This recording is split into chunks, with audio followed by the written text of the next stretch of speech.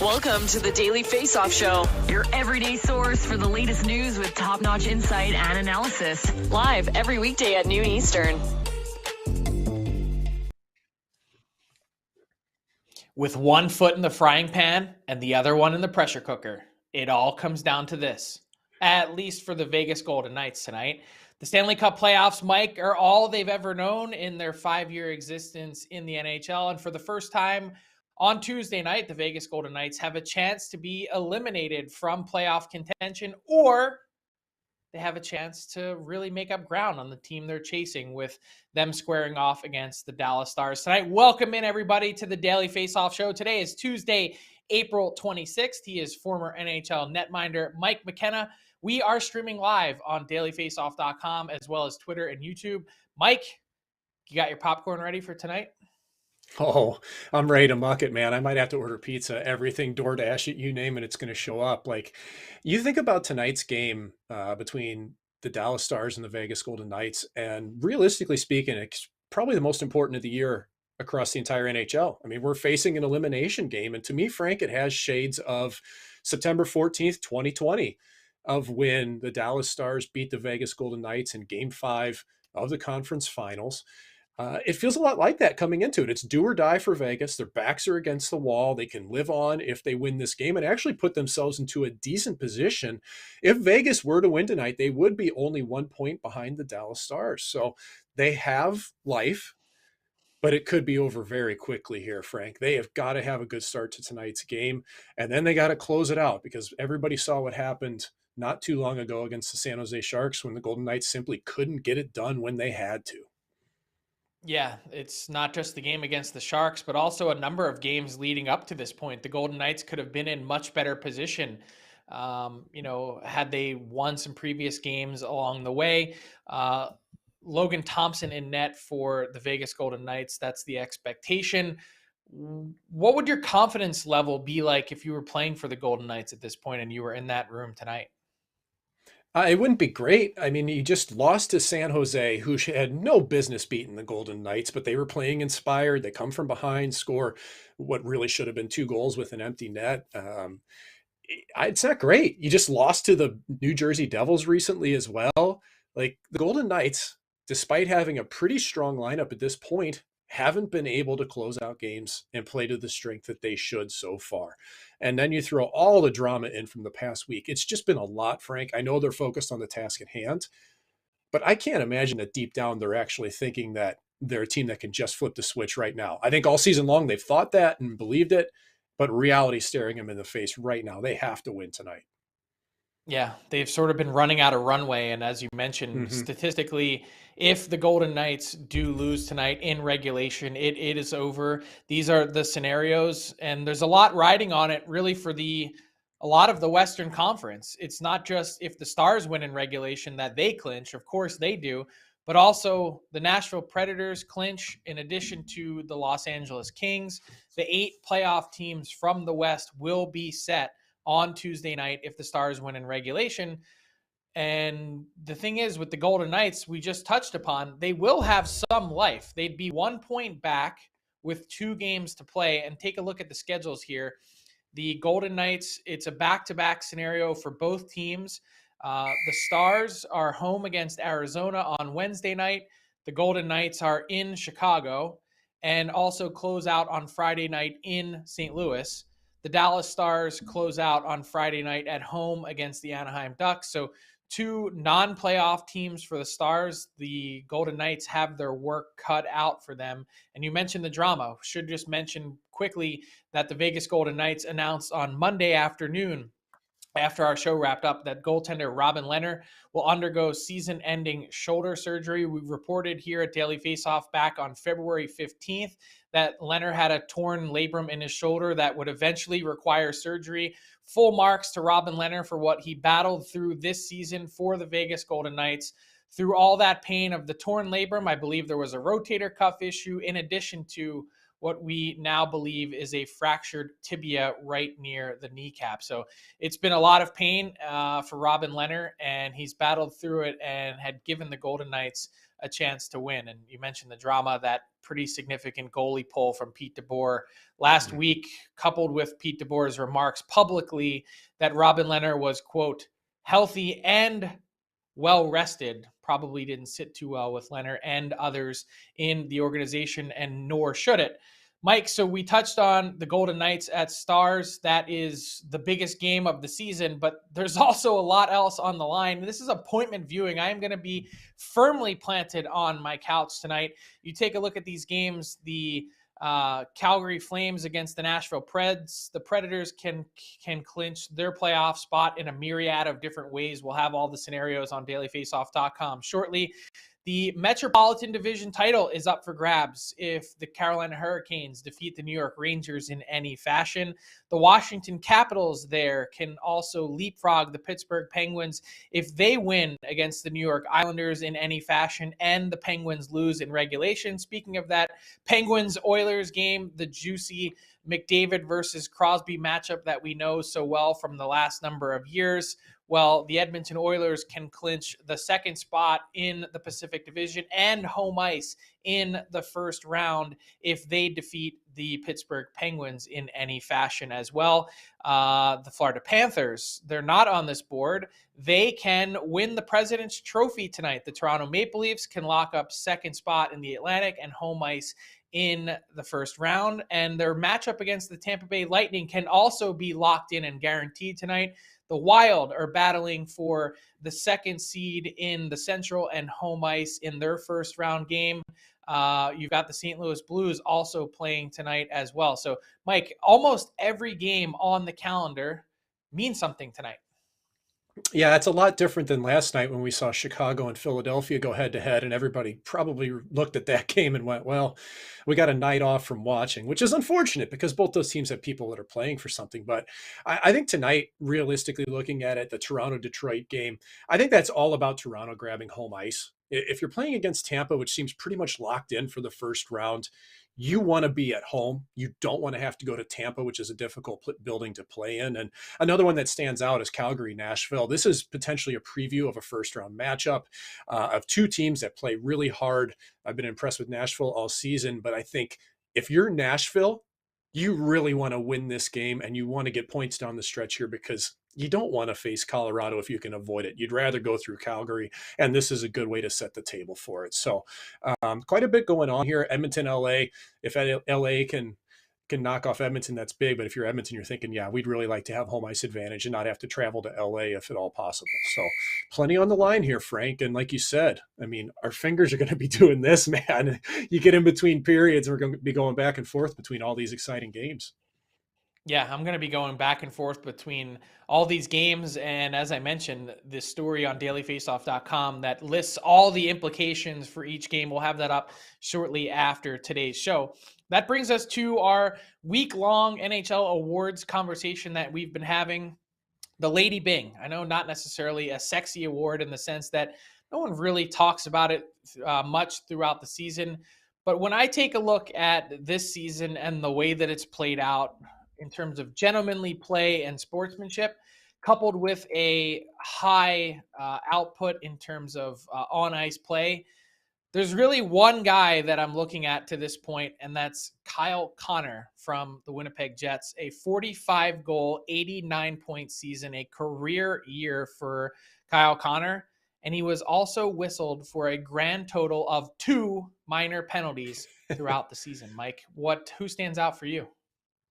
Well, it doesn't make very interesting watching for everybody that's viewing us right now, but I had Kyle Connor at the top of my list as well for the reasons you mentioned, but I also have Jared Spurgeon circled. And, 30 points in 64 games as a defenseman for the Minnesota Wild. He's been critical to that club. He only has 10 penalty minutes. He's been a nominee previously. And I think, for a defenseman in the National Hockey League, it's tough to play hard and put up points and stay out of the penalty box, especially if you're in difficult situations, and Spurgeon plays in all three of those. So I had him circled, and I still wonder if a goalie will ever win this, Frank. I don't see it possible. Marc-Andre Fleury is like the natural selection for it. I was trying as hard as I could to find a goalie I wanted to slot in, but I think it's Connor's race. I think Spurgeon's a good pick. But yeah, you look at Connor, 45 goals, 4 penalty minutes. How can you play that hard and that clean? That says an awful lot. Yeah. Can we focus on just getting a defenseman to win the Lady Byng before we worry about trying to wedge goaltenders in there? I know you're carrying Well, the goalie union hey, card there, but come on, man. Defenseman, it's so much harder to defend than play goal and not take a penalty. Seriously? dude, you're crazy. Your bias is ridiculous. SLAVIN just won. JACCOB, Dimmy, come on, man. SLAVIN just took it home. Like, come on. I just want to root for the goalies. See, look, last year, defenseman first on the list. I guess after that, I mean, Nathan McKenna won a Lady Byng. That's a good one. So that wouldn't happen this year, would it, Frank? No, probably not. Ryan Pulak is also been pretty good. I know he's only played 54 games this season. He leads the NHL in penalties taken per 60 minutes. He has one minor penalty, 2 penalty minutes all season long, playing 21 minutes north of that per night. Kyle Connor, as we mentioned, just behind him. A number of interesting candidates, especially on the blue line this season as well. Mike wanted to touch on our down and out series. We'll continue that as we get closer to the end of the regular season this Friday. And today we're focusing on the Ottawa Senators, who have missed the playoffs yet again. Been a tough season in Ottawa in the sense, Mike, that I think a lot of people were expecting this team to be better than they were, to take that next step in the process. When you look at the Sens, what stands out as the number one priority for this team heading into the offseason?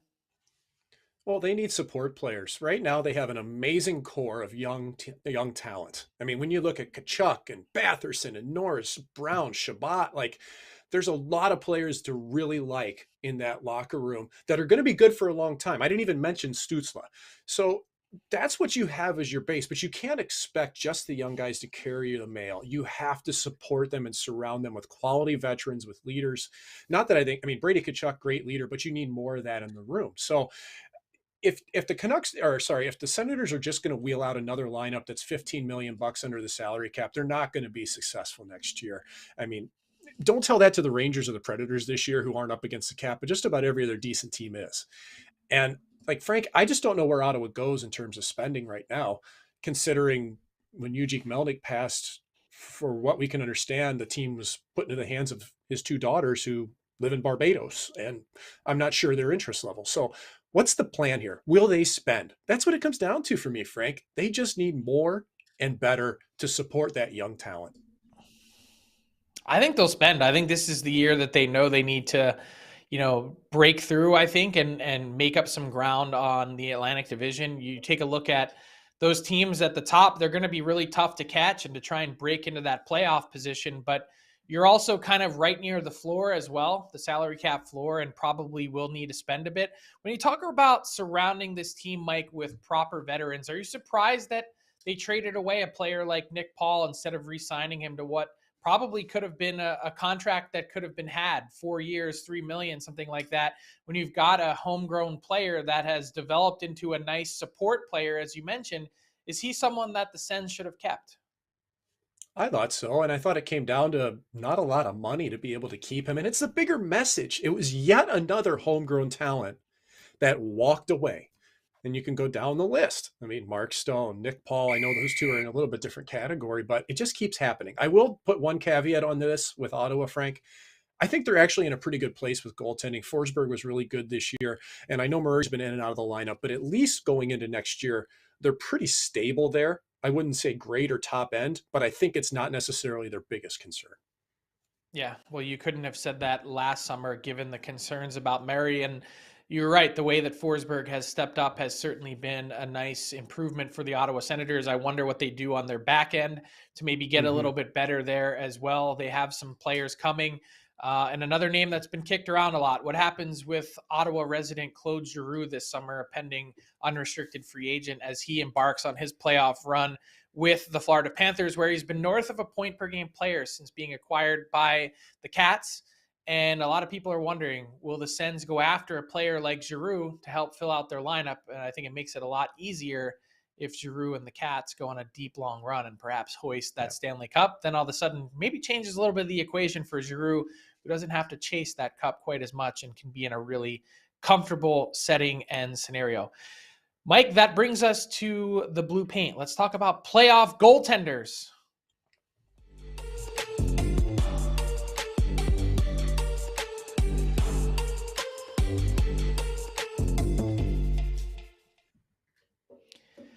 All right, Mike, it's time for this week's edition of the Blue Paint delivered by DoorDash. Mike wanted to start. Tyler gave you a little bit of a homework assignment here on the Blue Paint. He had you break our 16 likely playoff goaltenders and their tandems into 3 different tiers. We're calling them confident, concerned, and worried.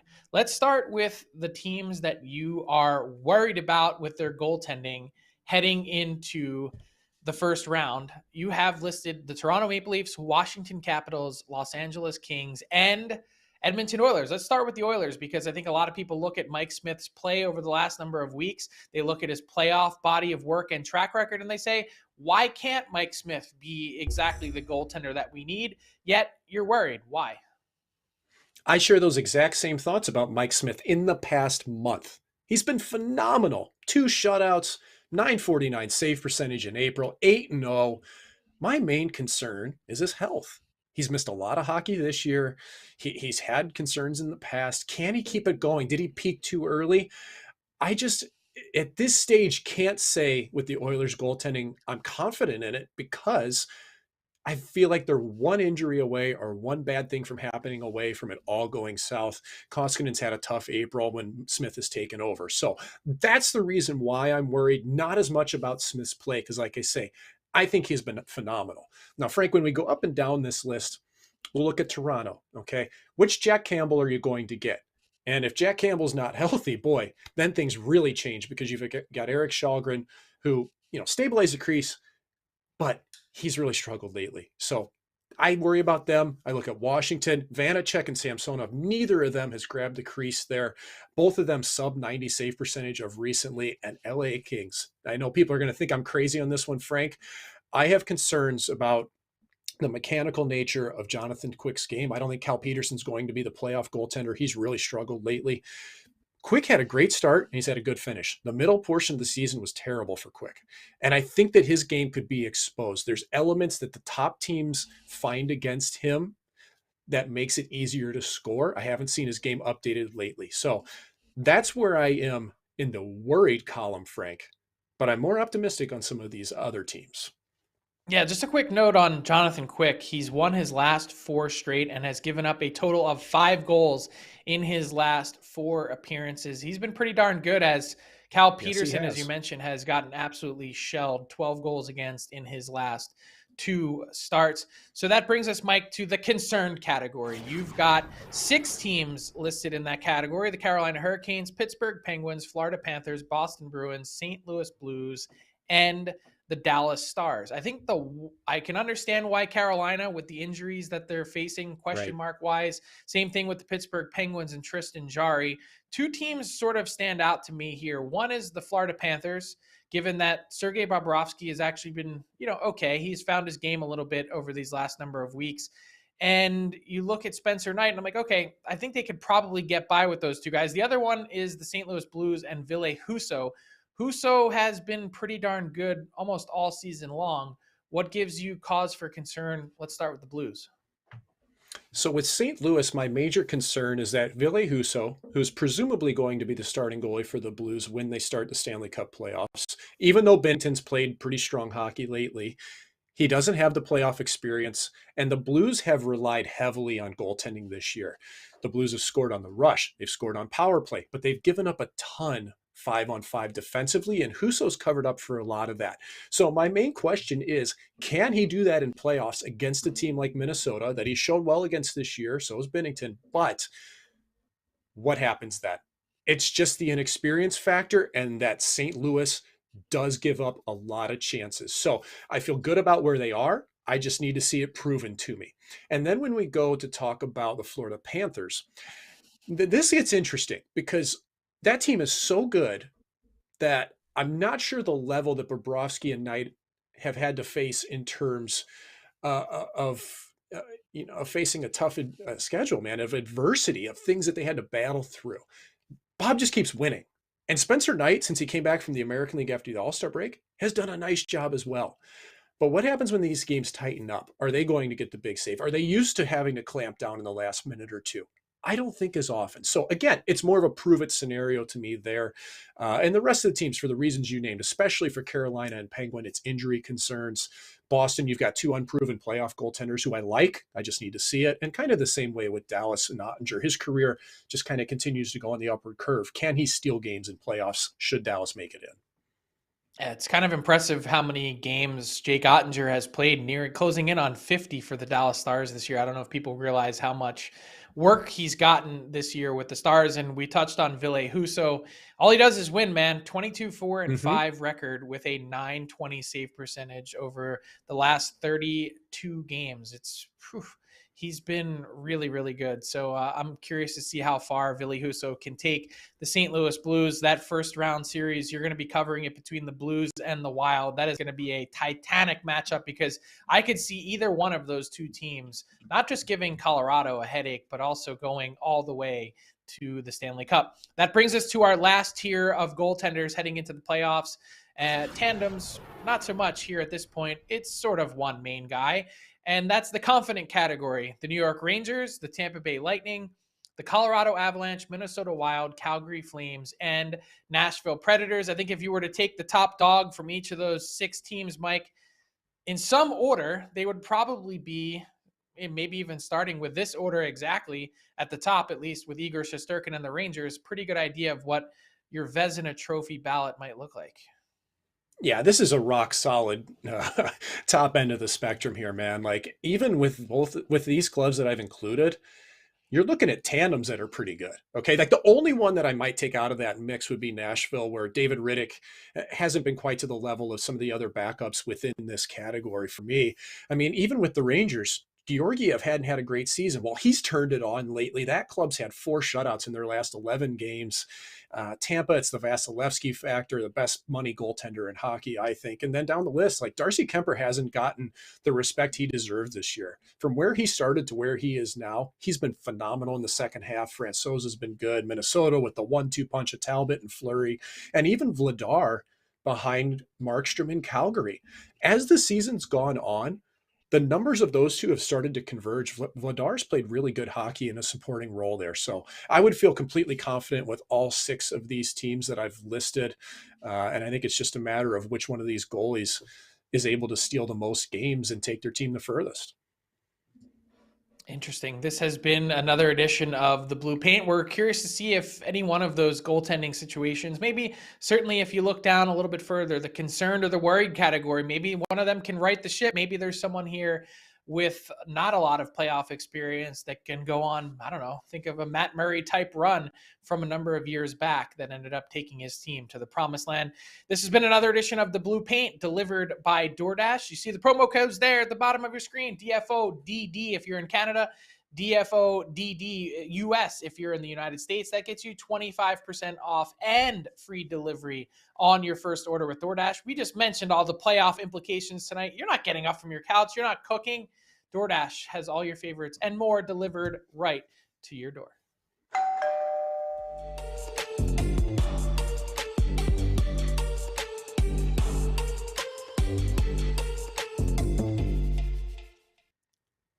All right, Mike, that brings us to our daily face-off inbox question of the day, hashtag AskDFO.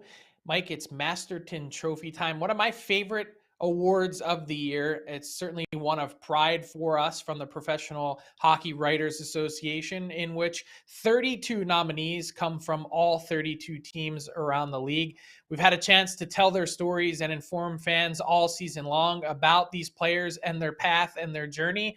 And there's always a few really good candidates. I wanted to get your take on who stands out for you this year in terms of the Masterton Trophy. No shortage of quality candidates, from Carey Price and what he's battled through in Montreal to Zdeno Chara and his long career and service to the game. Kyle Okposo is a guy that came back from a tough start last few years in his career in Buffalo and has been great. Ryan Getzlaf playing the final games of his career. It's, wow, some really good candidates. Who sticks out for you? Yeah, the 3 of them for me were all players that had been injured and managed to come back from it and play strong. So the top on my list is Tyler Seguin, and especially having insider knowledge of this and being his teammate. Like, I know firsthand how how injured he had been previously in his career and the amount of work he needed last season to get back to form this year. Hip surgery, knee surgery. And Sagan's had a great last half of the year, 32 points in 39 games after only playing 3 games last season. I mean, there were real concerns whether he'd be able to play, much less succeed. So I've got Sagan at the top of my list. I also think Jack Eichel coming back and having neck surgery, returning to the lineup for Vegas, which opened the door for other players. Okay. Tyler Johnson's now had that same disc replacement surgery. I think that's a big deal. And Tarasenko would have been my third pick coming back from shoulder surgery. So what about you, Frank? Who do you have leading the charge here? Yeah, I actually already voted, and Tarasenko was my number 1 pick. I'm not going to give away the other 2 guys I had on my list, but Tarasenko was number 1 for me. I don't think enough people have talked about what he battled through, and it's not just the trade request. That's a lot of what the public saw, but to go back and think about the 2 botched shoulder surgeries that he had and the criticism that came from the St. Louis Blues organization, even though the surgeries, they had sort of pointed the finger throughout the rehab process at Tarasenko, saying, you're not committed. And that wasn't the case at all. There was an issue with the surgery both times. He goes back under the knife a third time, finally gets it fixed. In the meantime, the St. Louis Blues had sort of, I don't want to say mocked him behind the scenes, but certainly at the very least questioned him. And he underwent that third surgery last summer in Colorado, vowed to come back healthy, asked for a trade request because the Blues didn't necessarily believe in him, and has come out after being exposed in the expansion draft, not taken by the Seattle Kraken, and has a career high in points with 82, hit the 80-point barrier for the first time, and 34 goals. He's back to being the sniper that he always was for the Blues.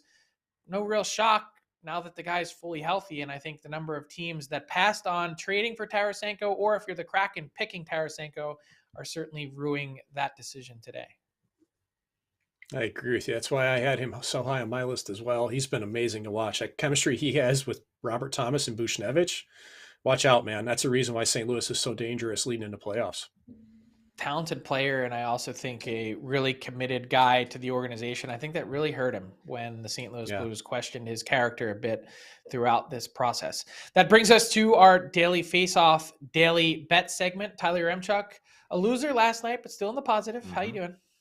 Yeah, we're still in the positive, up 8.2 units, and it is a loaded night in the NHL, and I am all over this slate. Tonight will define my betting regular season. So let's get right into it, courtesy of our friends at PointsBet Canada. I have 3 plays, actually. I just added one in the last couple of minutes as I was looking over the starting goalies at dailyfaceoff.com, but I'm starting with the old regulation parlay of 2 big favorites. I love Tampa on home ice. I love Toronto on home ice. The Leafs are 7-2-1 in their last 10 games, facing a Red Wings team that has just 4 wins in their last 10. The Lightning, they've scored 22 goals in their last 3 games. And yes, Columbus looked good when they beat the Edmonton Oilers earlier in the week, but before that, they had lost 4 in a row. You outlined it earlier in the show. Both Tampa and Toronto have something to play for tonight. They're both on home ice, and they're both starting their number 1 goalies. I like these 2 teams to roll in regulation. The parlay pays plus 107. My second play, Vancouver on the puck line. I think Vancouver, even though the results maybe haven't been there the last few games, they've been playing some pretty good hockey. Even though they're kind of down and out,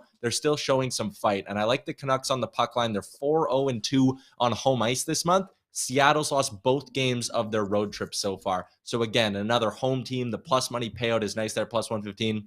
And I'm quickly adding the Rangers on the money line as well. The Canes won't have either Ranta or Anderson. It's Kiachev, or however you say it, confirmed between the pipes. I know he's picked up a couple of wins, but still, I love the Rangers on home ice tonight. The money line payout is minus 120. So there are my 3 plays, and going into my props, I'm doubling up on that Tampa Bay matchup and in sort of a way, tripling down on this Tampa Bay bet tonight, starting with Braden Point at the top, plus 115. He's got an assist in back-to-back games, and I think Tampa will be able to get the offense going. Elvis Merzlikins was great earlier in the week, but the Jackets, they bleed scoring chances. So I think Point can pick up an assist.